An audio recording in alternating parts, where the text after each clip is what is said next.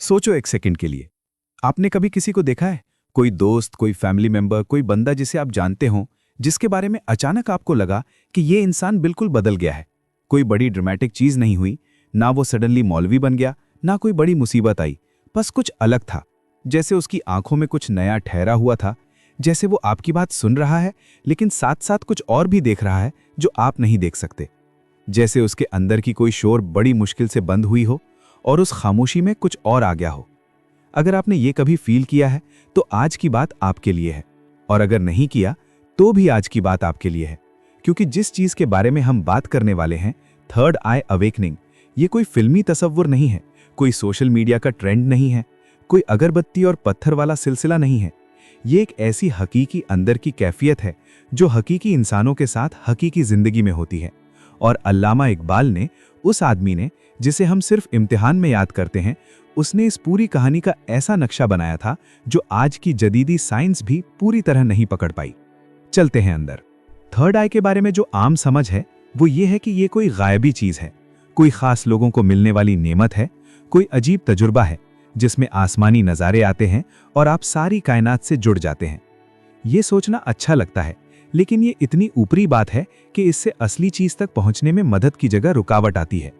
इकबाल ने कभी थर्ड आई का लफ्ज यूज नहीं किया, लेकिन उसमें जो कुछ बयान किया, खुदी की बेदारी, अपने आप का जागना, अंदर के उस असली हिस्से का रोशन हो जाना जो अक्सर नींद में होता है, वो इतनी दुरुस्ती के साथ वही चीज है जो हर रूहानी रिवायत थर्ड आई कहती है कि आदमी हैरान रह जाता है। खुदी, ये इकबाल का सबसे बड़ा लफ्ज है। हम इसको नफ्स कहते हैं, अपना आप कहते हैं, शख्सियत कहते हैं, लेकिन इकबाल के लिए खुदी कोई ठहरी हुई चीज नहीं थी।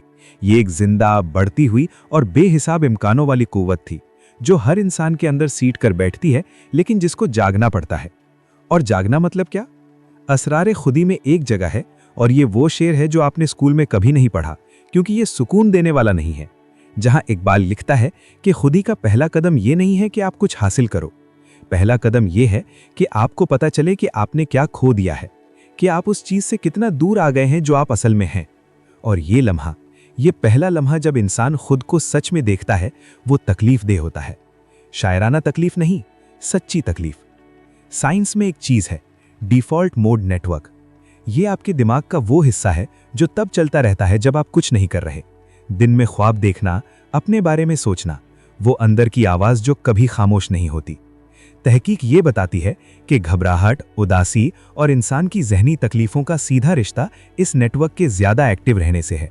आप कैदी हैं अपनी खुद की अंदर की कहानी में, और जो चीज गहरी बंदगी में, सच्ची रूहानी हालत में या कुछ खास तजुर्बात में होती है, वो ये है कि ये नेटवर्क खामोश हो जाता है। और उस खामोशी में, उस छोटे से लम्हे में, जब मैं की मुसलसल कहानी थोड़ी ढीली पड़ती है, लोग एक चीज बार बार बयान करते हैं, साफी। ऐसी साफी जो आम होशियारी में मिलती ही नहीं। इकबाल ने इसको क्या कहा? उसने कहा कि असली खुदी वो है जो खुद को देखने वाला और देखे जाने वाला दोनों में देखे। वो नफ्स जो अपने आप को बगैर झिझक देखता रहे। ये वही हालत है। साइंस और इकबाल, अलग जुबान, एक ही मंजिल। अब आते हैं उस हिस्से पर जो कोई एक्चुअली नहीं बताता, कश्फ।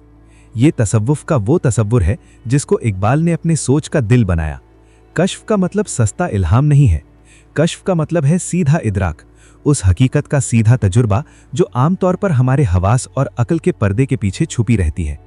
इकबाल अपनी किताब reconstruction of religious thought in Islam में, और ये वो किताब है जो उसने अपनी जिंदगी की सबसे ज्यादा मेहनत के बाद लिखी, साफ कह देता है कि कश्फ कोई बेअक्ली नहीं है।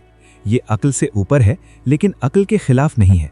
ये जानने का एक तरीका है जिसको मगरिबी फलसफा छोड़ चुका था और जिसको साइंस अब दोबारा ढूंढ रही है। बर्गसन, जिस फिलोसोफर से इकबाल बहुत मुतासिर था, ने इसको इंट्यूशन कहा। रूमी, जिससे इकबाल का रूह का रिश्ता था, ने इसको दिल की आंखों का खुलना कहा। और आज के कॉन्शियसनेस रिसर्चर्स इसको नॉन कंसेप्चुअल अवेयरनेस कहते हैं, वो इदराक की हालत जो अल्फाज और कैटेगरीज से पहले की है। और ये, बिल्कुल ये वही है जो थर्ड आई अवेकनिंग अपने सच्चे मतलब में बयान करती है। टूटी फूटी रूहानी फैंटेसीज नहीं, बल्कि ये कि आप सीधा देख सको, बगैर अपने अंदर के पुराने खौफ और पुरानी अजम्पशंस के वास्ते के। जरा तसव्वुर करो, बस एक सेकंड के लिए, कि आप किसी से बात कर रहे हो और आप वो नहीं सुन रहे जो वो कह रहा है, आप सुन रहे हो वो जो आपने पहले से सोचा हुआ है कि वो कहेगा। आप अपनी अंदर की कहानी सुन रहे हो जिसमें ये बंदा बस एक किरदार है। आपका दिमाग आपको हकीकत नहीं दिखा रहा, वो आपको एक ऐसा तजुर्बा दिखा रहा है जो हकीकत जैसा लगता है। थर्ड आई अवेकनिंग, इकबाल की खुदी की बेदारी, कश्फ, ये सब उसी पर्दे को चीरने के बारे में है। अब इकबाल की अपनी जिंदगी पर आता हूं, और यहां एक बात है जो ऑलमोस्ट कोई नहीं जानता। 1905 में जब इकबाल यूरोप गया, कैम्ब्रिज, जर्मनी, कानून पढ़ा, फलसफा पढ़ा, मगरिब की फिक्री दुनिया के अंदर गया, वो एक अलग इंसान वापस आया। लेकिन वो फर्क सिर्फ किताबी नहीं था। उसके खतूत में, खास तौर पर अतिया फैजी के साथ जो खतूत हैं, एक ऐसी बेकरारी है, एक ऐसी अंदर की कशमकश है जो सिर्फ नए ख्यालात की खुशी नहीं लगती। ये किसी ऐसी चीज का निशान है जो उसके अंदर उस वक्त हिल रही थी। उसकी शायरी यूरोप से वापसी के बाद एकदम तब्दील हो जाती है। बांगे दरा का वो मशहूर नज्म शिकवा, ये उस आदमी का कलम नहीं है जो अंदर से ठीक है। ये उस आदमी का कलम है जिसके अंदर कुछ टूट चुका है और कुछ नया बनना चाहता है। इकबाल की खुदी का जागना एक आसान सफर नहीं था, और इसीलिए उसने बार बार लिखा कि खुदी की राह दर्द की राह है। बाले जिब्रील में, और ये मेरे नज़दीक इकबाल की सबसे कम समझी जाने वाली, सबसे ज़्यादा अंदर की बात करने वाली किताब है। एक जगह है जहां वो लिखता है कि अंदर की आंखें खुलना पहले चीज़ें और ज़्यादा भारी कर देता है। ये उल्टा लगता है। जागना मतलब रोशनी, उजाला, साफ़ी, ठीक है ना? लेकिन वो कह रहा है कि जब आपको जेन्युइनली ज़्यादा नज़र आने लगता है तो आपको वो भी नज़र आता है जो आपने जानबूझकर नहीं देखा था। अपने अंदर का वो हिस्सा जो आपने आंखों से ओझल रखा था। दूसरों में वो चीज़ जो दर्द देता है एक्नॉलेज करना। दुनिया का वो रुख जो ज़्यादा कष्ट देता है। और ये, बिल्कुल ये वो बात है जो लोग सच में रूहानी तजुर्बा होने के बाद बार बार कहते हैं। सिर्फ सुकून नहीं आता, साफ़ी आती है। और साफ़ी का मतलब है कि दोनों चीज़ें ज़्यादा वाज़ेह हो जाती हैं, खूबसूरती भी और दर्द भी। अब वो हिस्सा जो इकबाल ने खुद अपनी पोएट्री में बार बार वॉर्न किया। वो कहता है कि खुदी की राह में सबसे बड़ा खतरा खुदी का दुश्मन नहीं है, सबसे बड़ा खतरा एक झूठी खुदी है जो असली लगने लगती है। वो इंसान जो बहुत सारी किताबें पढ़ चुका, कई रूहानी तजुर्बात कर चुका, और अब सोचता है कि मुझे पता है कि मैं देख सकता हूँ। इकबाल के लिए ये सबसे दर्दनाक शख्स है, क्योंकि इसके अंदर की असली चीज़ और भी गहरी नींद में चली जाती है, जबकि उसे लगता है कि वो जाग गया है।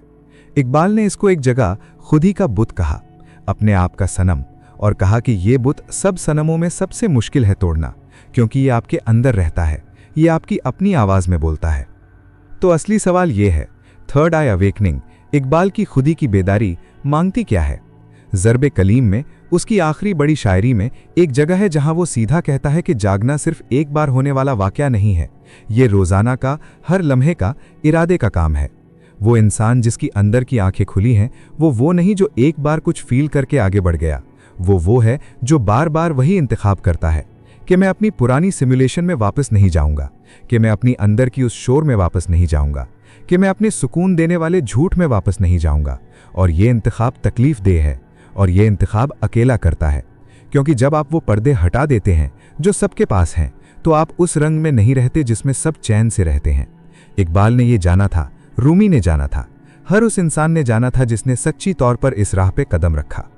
अब आप अभी यहाँ बैठे हैं और कुछ तो आपको फील हुआ है इसमें, कुछ तो जाना पहचाना लगा। अब दो रास्ते हैं, एक ये कि ये वीडियो बंद करो, कोई और चीज़ चलाओ और वो अंदर की आम गुनगुनाहट, वो डिफ़ॉल्ट मोड वापस आ जाए, और दूसरा ये कि उस चीज़ के बारे में सोचना शुरू करो जो आपके अंदर है और जागना चाहती है।